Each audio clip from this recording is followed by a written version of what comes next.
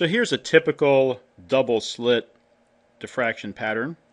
We see that the incoming light basically travels different distances from the two different slits to get to the different parts of our screen. And so when those differences in distance that the light travels add up to constructive and destructive interference. And you get bright spots, like on the screen, like I've shown here. This is sort of an intensity plot, but you'd have a bright spot on the screen here and a bright spot here. I'll sort of put dark dots where the bright spots are. And then maybe, let's see, how about blue for where the dark fringes are going to be, where there's destructive interference. I indicated in blue, and in black, the bright spots where you have constructive interference.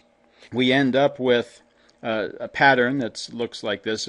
This is intensity, of course. When you draw a wave like this, we're looking at intensity. So the intensity is quite a bit at the center because we have a bright spot, and the intensity goes to 0 where you have a dark spot, and it goes back up where you have a bright spot, and it goes back down where there's a dark spot. So this is the light intensity that you'd measure at the corresponding location on the screen. So in this case, we're given a bunch of information, but not the distance d between the two slits.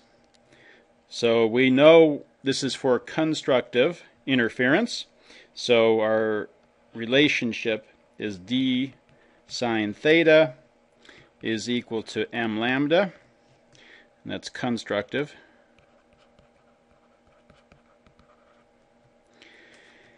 And we're given lambda and m. We can figure out what theta is. So what we're doing now is we're solving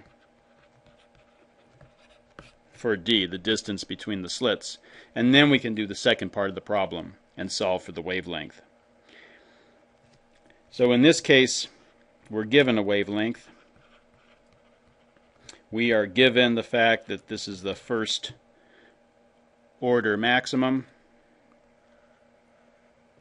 And we can figure out that theta is the inverse tangent of 4.84 millimeters, or 4.84 times 10 to the minus 3 meters, over 3 meters, because the values were given.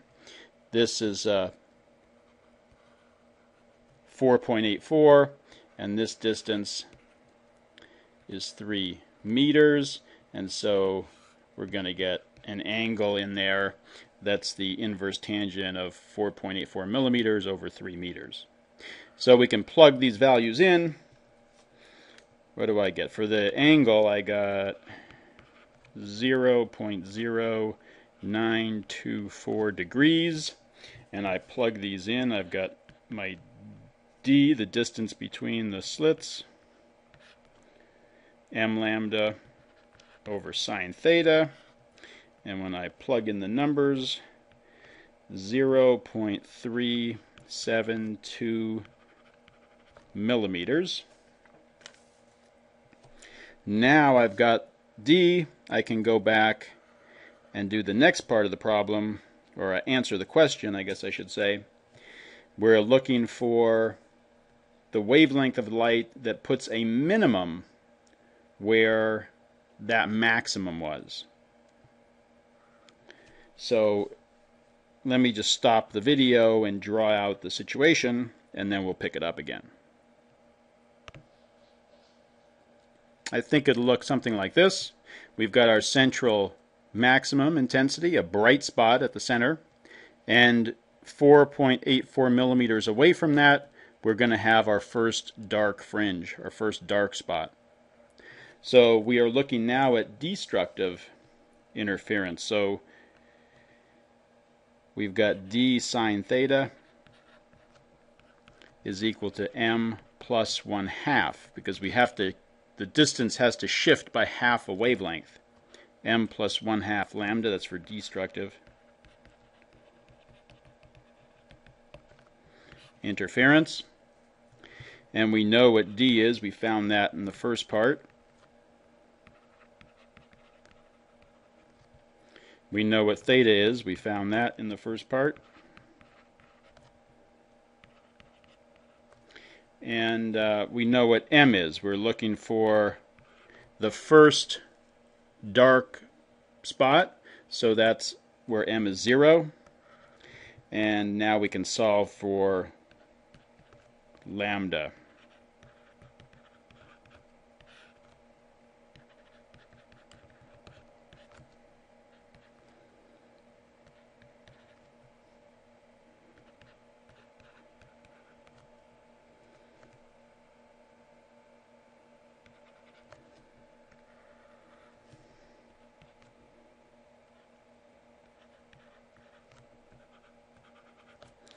(1,200 nanometers).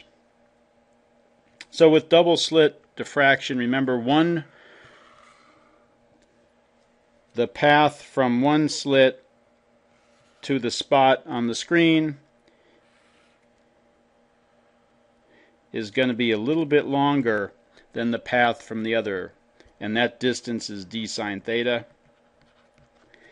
And for constructive interference, you want that distance d sine theta to be a multiple of the wavelength, and that gives you constructive. It gives you a bright spot on the wall. And for destructive interference, you want that distance to be a half integer multiple of the wavelength, so that you get destructive interference at that spot and you get a dark area on the screen.